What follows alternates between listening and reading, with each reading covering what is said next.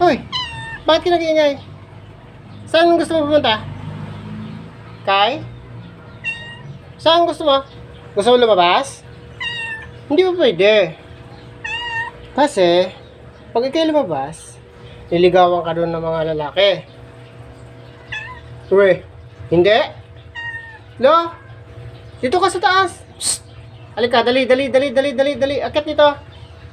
Dito. Akit ka dito. Tapos, paano kung... Dito ka. Usap tayo dito. Paano kung nabuntis ka? Hoy, nakikita ko yung puwet mo. Paano kung mabuntis ka? Ha? Hindi. Bakit hindi? Lo, ikaw bahala? Lo, bakit ka dito? Ikot ka ng ikot eh. Hindi ka pwede lumabas ha? Wala mo nang lalabas. Marami nakaabang dyan ng mga pangit.